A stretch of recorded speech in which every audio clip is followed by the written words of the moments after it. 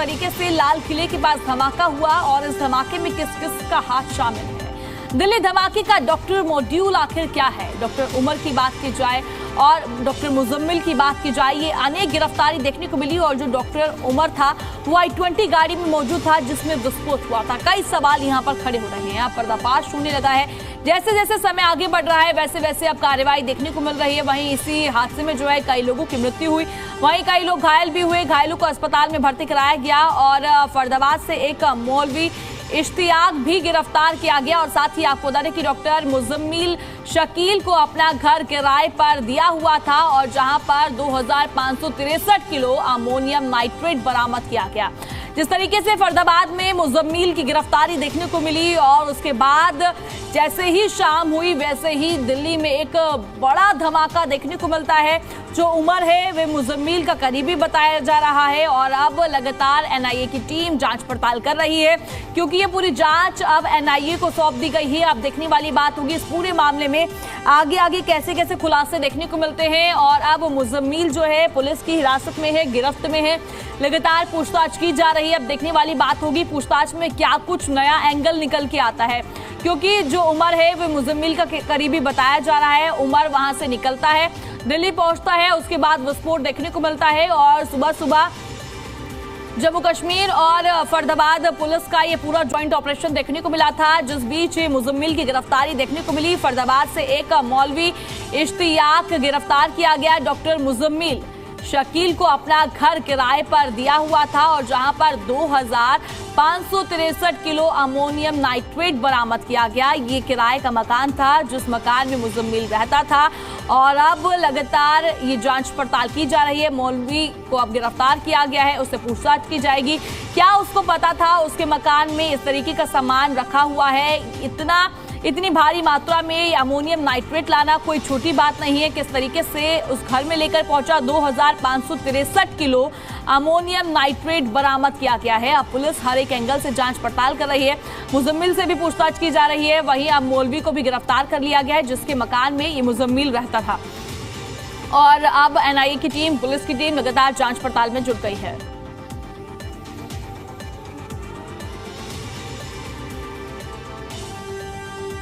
Delhi blast से जुड़ी हुई अभी एक और खबर सामने आ रही है। धमाके के तुरंत बाद का एक वीडियो सामने आया है। धमाके के बाद अफरा तफरी का माहौल किस तरीके से हुआ, किस तरीके से धमाका देखने को मिला, एक एक अपडेट हम आप तक पहुंचा रहे हैं, आपको बताते हैं। दिल्ली ब्लास्ट से जुड़ा हुआ अपडेट ये सामने आ रहा है, बड़ी खबर सामने आ रही है। धमाके के तुरंत बाद का वीडियो एक सामने आया है। आपको बता दें कि धमाके के बाद जैसे ही धमाका होता है वैसे ही अफरा तफरी का माहौल हो जाता है। ये तस्वीरें आप जरा देखिए, तस्वीरों के माध्यम से आपको समझाते हैं किस तरीके से एकदम से धमाका होता है। उसके बाद चारों तरफ चीख पुकार सुनाई देती है, चारों तरफ आगजनी नजर आती है। जहां जहां पर I-20 गाड़ी के चिथड़े उड़कर गिरते हैं वहां पर आग का तांडव देखने को मिलता है। कई लोगों की मृत्यु हो जाती है, कई लोग घायल हो जाते हैं। तस्वीरें जरा देखिए किस तरीके से टीम मौके पर पहुंचती है। पुलिस की टीम मौके पर पहुंची, रेस्क्यू ऑपरेशन चलाया गया, लोगों को वहां से उठाया गया, जो लोग घायल हुए थे उन्हें अस्पताल तक पहुंचाया गया। ये तस्वीर जरा देखिए, चारों तरफ लोग नजर आ रहे हैं, वहीं आग का तांडव नजर आ रहा है। ये तस्वीर हम आपको उस समय की दिखा रहे हैं जिस समय पर एकदम से ब्लास्ट होता है I-20 गाड़ी के अंदर। वो गाड़ी जो कि पार्किंग एरिया में 3 घंटे खड़ी रहती है, 3 बजकर कुछ मिनट पर पार्किंग में पहुंचती है। उसके बाद 6 बजकर 48 मिनट से पार्किंग के बाद वहां से बाहर निकलती है और एकदम से ब्लास्ट हो जाता है।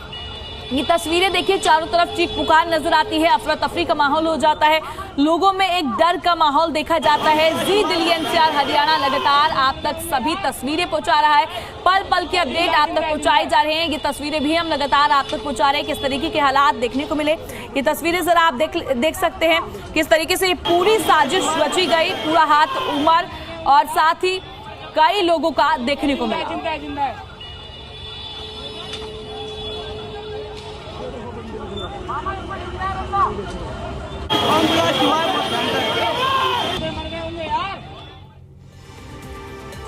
ये खबर भी दिल्ली ब्लास्ट से जुड़ी हुई है। ब्लास्ट के बाद एक्शन में अब पुलिस नजर आ रही है। दिल्ली पुलिस की आम लोगों से अब अपील है कि कोई भी अगर वो लावारिस वस्तु देखते हैं तो जल्द से जल्द इसकी सूचना दी जाए।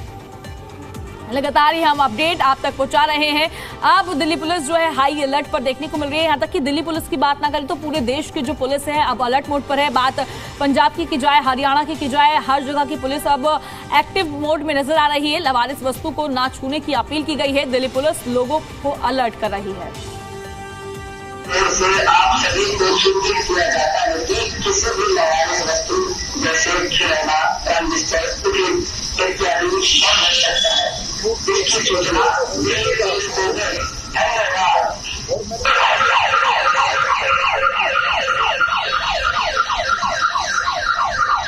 इसकी ओर से आप सभी को सूचित किया जाता है कि किसी भी लवारिस वस्तु जैसे खिलौना, ट्रांजिस्टर इत्यादि बंद हो सकता है। इसकी सूचना दिल्ली पुलिस को धन्यवाद।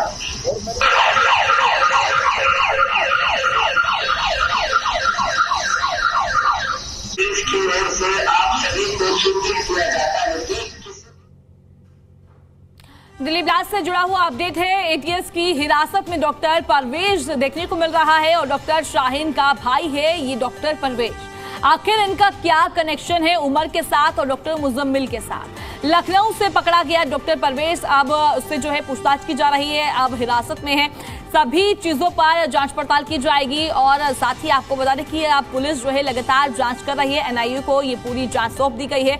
अब एटीएस की हिरासत में है डॉक्टर परवेज। आखिर परवेज जो है ये है कौन? ये डॉक्टर शाहीन का करीबी बताया जा रहा है, उसका भाई बताया जा रहा है। और शाहीन जो कि महिलाओं का ब्रेन वॉश करती थी, लखनऊ की रहने वाली है और उसका भाई जो है वो भी लखनऊ का रहने वाला है। पर शाहीन की शादी जो है महाराष्ट्र में हुई थी, डिवोर्स हो जाता है, उसके बाद वापस यहाँ फरीदाबाद आती है और कॉलेज में पढ़ाती है, जिस दौरान महिलाओं का ब्रेन वॉश करने का काम करती है। और ये सभी चीजें जो है आपस में जुड़ी हुई है। मुजम्मिल की करीबी बताई जा रही है।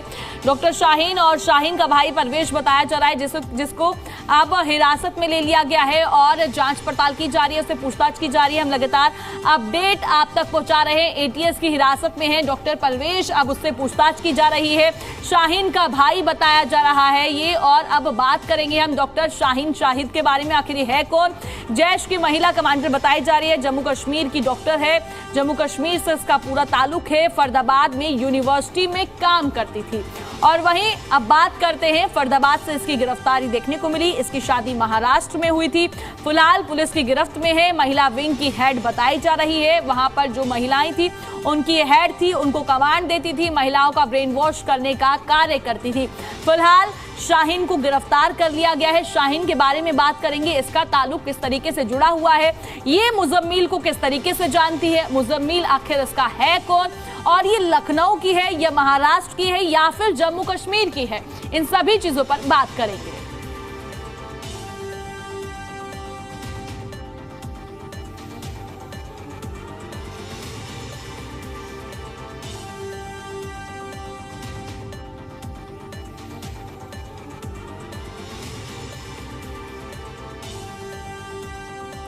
हम बात कर रहे हैं इन सभी चीजों को लेकर, आखिर डॉक्टर शाहीन है कौन? सबसे पहले बात कर लेते हैं, ये जो डॉक्टर है ये कश्मीर की है और वही रहने वाली लखनऊ की है, पर इसकी शादी जो हुई थी महाराष्ट्र में हुई थी। तो इसके जो ताल्लुक है इन तीनों जगह से है। पर ये जो नौकरी कर रही है, जो यूनिवर्सिटी में पढ़ाती है, ये फरीदाबाद में पढ़ाती है। तो फरीदाबाद में ही इसकी मुलाकात डॉक्टर मुजम्मिल से हुई थी। डॉक्टर मुजम्मिल की करीबी बताई जा रही है और अब ये पुलिस की गिरफ्त में है। पुलिस पूरे मामले की जांच पड़ताल कर रही है। इसका भाई है, उसका नाम परवेज बताया जा रहा है और उसके भाई को भी हिरासत में ले लिया गया है, उससे भी पूछताछ की जा रही है। अब हर एक एंगल से पुलिस पूछताछ कर रही है और हर एक पॉइंट तक पुलिस जाएगी और अब देखने वाली बात होगी क्या कुछ नए खुलासे देखने को मिलते हैं। ये हम लगातार अपडेट आप तक पहुंचा रहे हैं, किस तरीके से लाल किले के पास एकदम से 6:52 पर धमाका होता है। 6:48 पर गाड़ी पार्किंग एरिया से निकलती है और उसके बाद कई नाम सामने आ रहे हैं। बात उमर की जाए जो कि i20 गाड़ी में मौजूद था, बात शाहीन की जाए आखिर ये शाहीन है कौन, बात मुजम्मिल की जाए, बात परवेज की जाए, अब कई नाम सामने आ रहे हैं। हम इन सभी नामों पर बात कर रहे हैं। हमारे साथ लगातार हमारे संवाददाता जुड़ रहे हैं, इन सभी चीजों पर हम चर्चा करें। ग्राउंड से लगातार आपको हम अपडेट्स पहुंचा रहे हैं। शाहीन जो एक यूनिवर्सिटी में पढ़ाती थी और ये हम एक एक करके सब कुछ ग्राफिक्स के माध्यम से आपको बता रहे हैं। फिलहाल इस खबर पर ज्यादा बातचीत के लिए हमारे संवाददाता देवेश जुड़ गए हैं। देवेश, देखिए अब एक महिला डॉक्टर का नाम काफी सामने आ रहा है, शाहीन। मैं आपसे जानना चाहूंगी आखिर शाहीन है कौन और उसका सीधा कनेक्शन मुजम्मिल और डॉक्टर उमर से कैसे है, ये कैसे इनके साथ जुड़ी? जी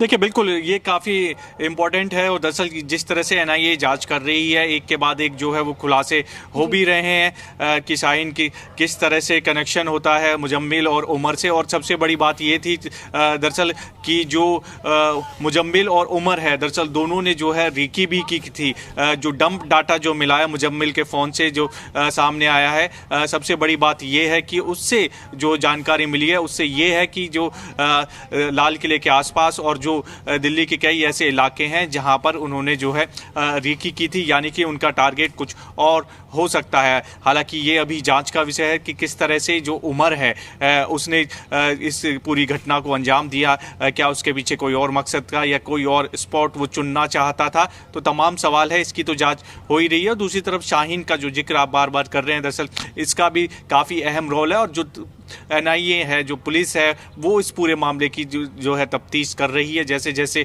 डिटेल्स आएगी तो जो तथ्य है दरअसल वो सामने आ पाएंगे। अब ऐसे में सबसे इम्पोर्टेंट जो है वो ये है कि किस तरह से जो है उमर ने इस पूरे जो घटनाक्रम है उसको अंजाम दिया। फरीदाबाद जो कनेक्शन था उसका, क्या वहाँ से वो डरा था और उसके बाद जो है वो दिल्ली पहुँचता है और अब उसने या तो पैनिक था वो, इस वजह से वो ब्लास्ट हुआ है, या फिर या सोची समझी एक रणनीति थी। ये तमाम जो पहलू है इनको लेकर जो है एनआईए फिलहाल जांच में जुटी हुई है कि आखिरकार लाल किला को क्यों ही चुना गया, क्योंकि जो डंप डाटा था, जो फ़ोन से डिटेल्स मिली है, उसमें दरअसल ये सामने आया है कि जो कोशिश थी वो ये थी कि या तो दिवाली पर या जनवरी में, क्योंकि रेकी की गई, दिवाली के आसपास कोशिश थी कि उनका इस तरह की जो चीज़ें हैं वो की जाए। लेकिन तब और अब में कितना डिफरेंस था और कैसे जो है उमर यहाँ तक पहुँचा, ये तमाम सवाल है जिनका जवाब आना बाकी है। लेकिन इसमें जिस तरह से एक के बाद एक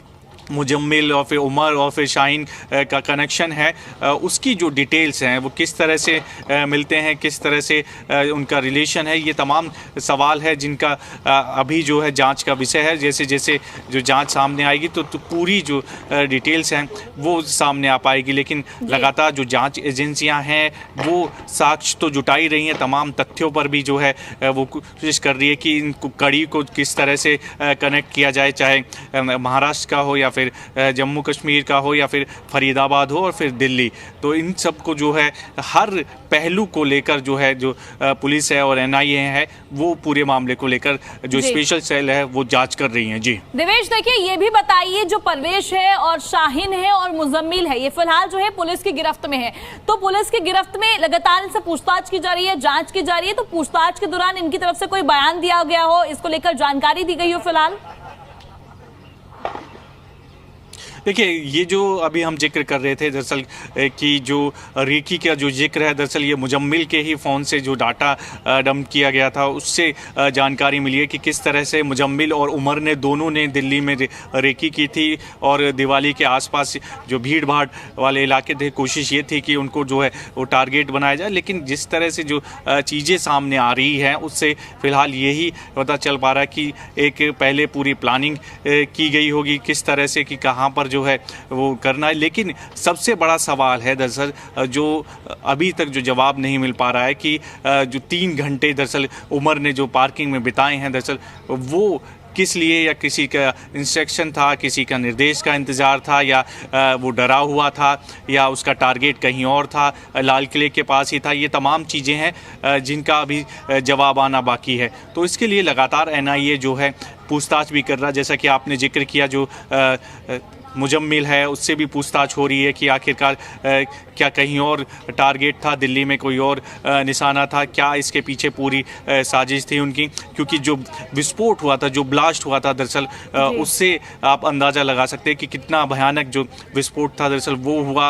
उसके आसपास की जो गाड़ियाँ थी वो जलकर पूरी तरह से खाक हो जाती है और जो लोगों के जो बॉडी के पार्ट्स हैं वो 100 से 200 मीटर तक दूर पहुंच जाते हैं, बराबर में मंदिर हैं, वहां तक जो है पार्ट पहुंच जाते हैं। का देखने वाली बात होगी, जांच किस तरीके से आगे बढ़ती है, आप हमारे साथ बने रहिएगा। इसी बीच एक और बड़ी जानकारी, बड़ा अपडेट सामने आ रहा है, अपने दर्शकों को बता लेते हैं कि बड़ी खबर सामने आ रही है। दिल्ली धमाके से जुड़ी हुई खबर है, सैंपल की जांच की जा रही है। 2 अलग अलग तरह के विस्फोटक मिले हैं, ये सूत्रों के हवाले जानकारी मिली है और ये अपडेट हम लगातार आप तक पहुंचा रहे हैं। किस तरीके से दिल्ली में धमाका देखने को मिला, उसके बाद जांच किस तरीके से की जा रही है। सूत्रों के हवाले जानकारी मिली है कि ब्लास्ट साइट से कुछ चीजें बरामद की गई है, एफएसएल लैब में भेजे गए हैं सैंपल और दिल्ली धमाके से जुड़ा हुआ ये अपडेट है। वहां से कुछ सैंपल बरामद किए गए हैं, अब इन सैंपलों को जांच के लिए लैब में भेज दिया गया है। अब देखने वाली बात होगी जो विस्फोटक सामग्री थी उनमें किस तरीके की चीजें इस्तेमाल की गई थी, क्या चीजें रही, क्योंकि जो विस्फोट हुआ, जो धमाका हुआ, वो बहुत अलग तरीके का देखने को मिला। क्योंकि जब कोई विस्फोटक सामग्री इस्तेमाल की जाती है, कोई धमाका होता है तो गड्ढा देखने को मिलता है, पर ऐसा नहीं हुआ। और ये तस्वीरें आप देख लीजिए, ये अब वहां से जो है सामग्री बरामद कर ली गई है, ये जांच के लिए भेज दी गई है। अब सभी टीमें जांच में जुटी हुई है। हम आपको एक एक तस्वीरें, एक एक जानकारी आप तक पहुंचा रहे हैं। जी दिल्ली एनसीआर हरियाणा लगातार इस पूरे मामले को लेकर प्रमुखता से आपको दिखा रहा है। ये तस्वीरें आप देखिए, हर एक चीज मौके से बरामद की जा रही है, मौके पर टीम पहुंच रही है और वहां से सैंपल बरामद कर रही है। अभी सैंपल कुछ ले लिए गए हैं और अब इन सैंपलों को भेजा जा रहा है जांच के लिए।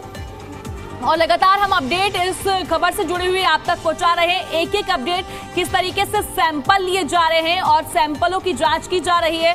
और मौलवी इरफान के घर पर भी छापा देखने को मिला है, ये बड़ा अपडेट सामने आ रहा है। एटीएस के शिकंजे में आया है मौलवी और फरीदाबाद मॉड्यूल का मास्टरमाइंड बताया जा रहा है। और साथ ही आपको बता दें कि शोपिया में है मौलवी इरफान का घर और जैश-ए-मोहम्मद से ये जुड़ा हुआ मौलवी बताया जा रहा है। अब ये हिरासत में है, अब देखने वाली बात होगी क्या कुछ नया अपडेट देखने को मिलेगा।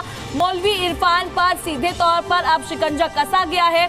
अब लगातार हम तमाम अपडेट्स आप तक पहुंचा रहे हैं, किस तरीके से इस पूरे मामले में मास्टरमाइंड कौन कौन था, किस किस का नाम सामने आया। देखिए जिस तरीके से हमने आपको एक एक नाम बताए, बात हमने सबसे पहली तस्वीर आप जरा देख लीजिए, आपको इस तस्वीर को देख के पता चल रहा होगा ये उमर है जो कि I-20 गाड़ी के अंदर मौजूद था, जिस गाड़ी में ब्लास्ट देखने को मिलता है। दूसरी तस्वीर आदिल, ये भी आतंकी है, पुलिस की गिरफ्त में है।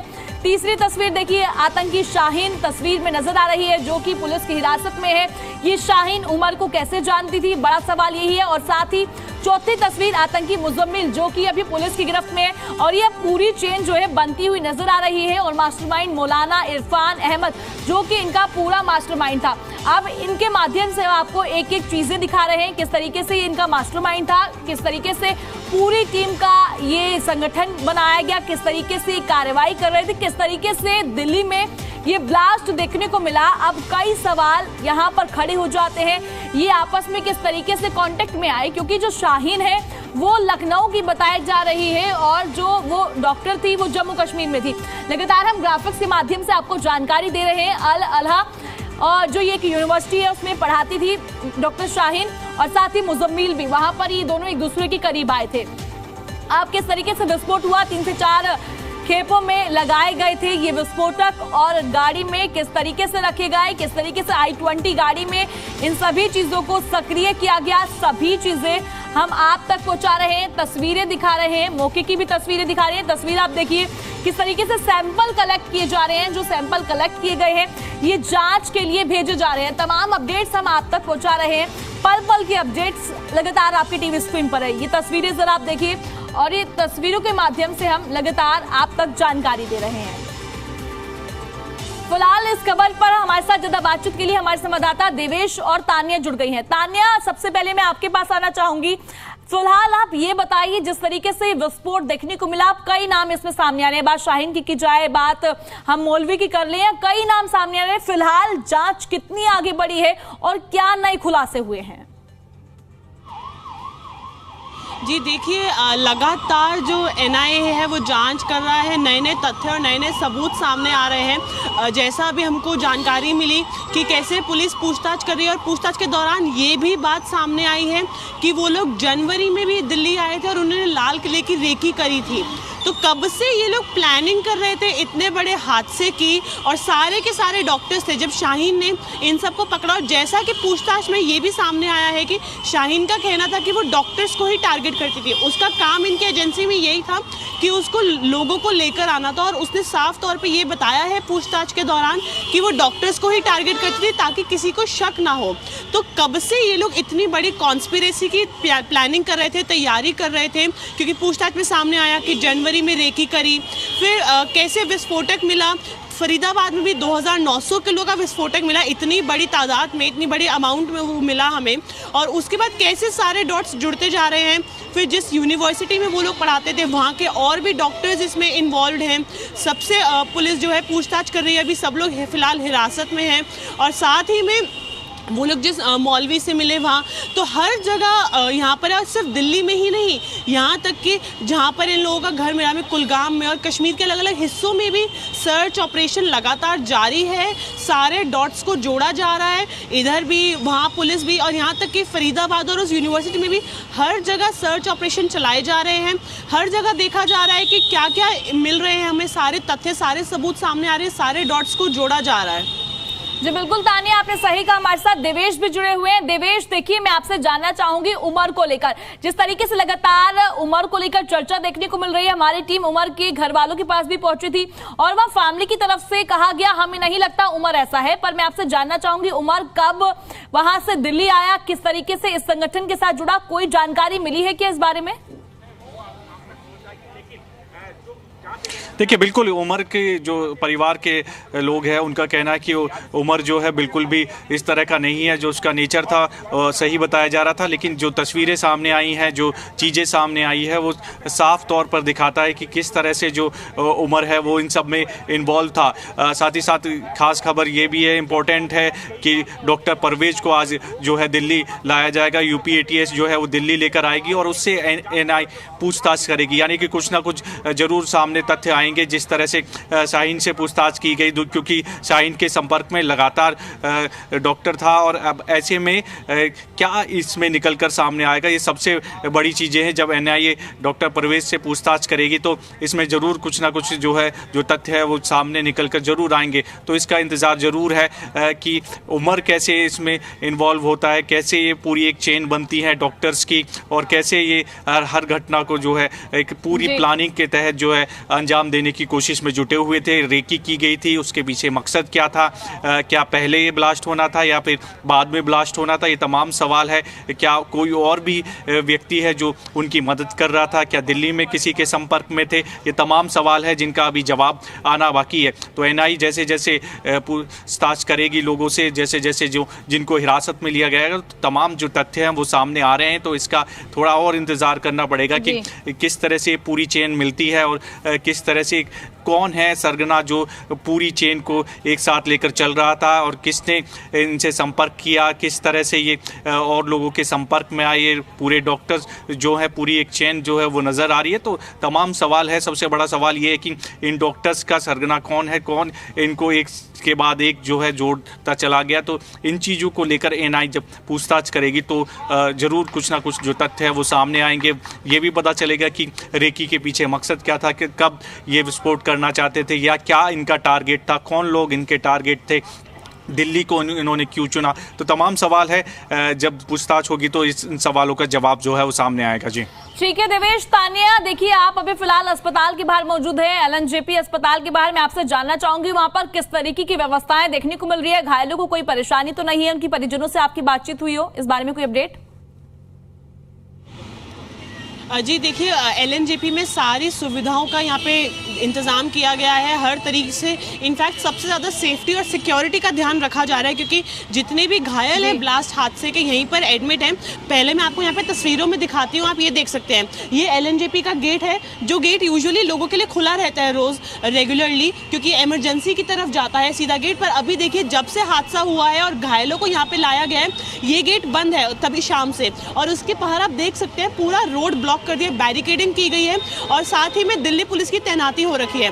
तो पूरा सेफ्टी का ध्यान रखा जा रहा है। बैरिकेड्स के बीच में रस्सी से भी उनको पूरा सील किया हुआ है कि ताकि ना उन्हें कोई हिला पाए, ना कोई एंट्री ले पाए। हर किसी की चेकिंग हो रही है। इनफैक्ट अभी फिलहाल बिना परमिशन के किसी को भी अंदर जाने की अनुमति नहीं है। तो जब से ब्लास्ट हुआ है पूरा सिक्योरिटी का ध्यान रखा जा रहा है। तब से दिल्ली पुलिस की यहाँ पर तैनाती हो रखी है, क्योंकि जो घायल है फिलहाल वो अंदर और यहीं पर इलाज चल रहा है। जब हम लोग कुछ घायलों से मिल पाए थे, क्योंकि वो लोग कुछ आए थे मरहम पट्टी करा के बाहर, तो उन्होंने हमें बताया कि हाँ अंदर उनको दिक्कतें आ रही हैं, क्योंकि काफ़ी बड़ा हादसा है। करीब 24 लोग हैं जिनका इलाज एक साथ चल रहा है, तो दिक्कतें आ रही हैं, पर उनको मरहम पट्टी कर दी गई थी और वो लगातार बन रहे। डॉक्टर्स अंदर से सुविधा है उनको दे रहे हैं, क्योंकि गृह मंत्री अमित शाह भी खुद आए थे। उन्होंने यहाँ पे सारी तैयारियां देखी, घायलों से मिले, फिर दिल्ली की मुख्यमंत्री भी आई थी। तो पूरा कोशिश करी जा रही है सरकार की तरफ से कि घायलों को किसी भी तरीके की दिक्कत ना हो। और अगर वही हम बात करें जो इसमें मृतक थे इस हादसे में, उसमें से करीब 8 बॉडीज़ हैं जो हैंड ओवर कर दी गई हैं उनके परिजनों को। कल हम लोग मिले भी थे कुछ परिजनों से जो यहाँ पर आए थे। किसी का जब अपना गया है तो ये उन लोगों ने मैं दर्द बांटा। वो लोग बहुत उदास थे, क्योंकि उन्हें पता भी नहीं था इतना बड़ा हादसा हो गया। फिर उन्हें हॉस्पिटल से ही जानकारी मिली, तो परिजन आए थे, उन्होंने हमें बताया कि कैसे उन लोगों ने बॉडी की पहचान करी, क्योंकि शरीर के पूरे चिथड़े उड़ गए थे। इतना भयानक वो ब्लास्ट था, कुछ बचा नहीं था। तो कपड़ों का टुकड़ा उनको मिला या कुछ ऐसी चीज़ मिली जिसको वो पहचानते थे, उससे उन्होंने बॉडी की पहचान करी। तो ये सब परिजनों ने अपना दुख भी बांटा हमसे, और 8 बॉडीज अभी हैंडओवर की जा चुकी है हॉस्पिटल से। जी बिल्कुल तानिया और देवेश, आपने जानकारी दी उसके लिए बहुत बहुत शुक्रिया। आप हमारे साथ जुड़े।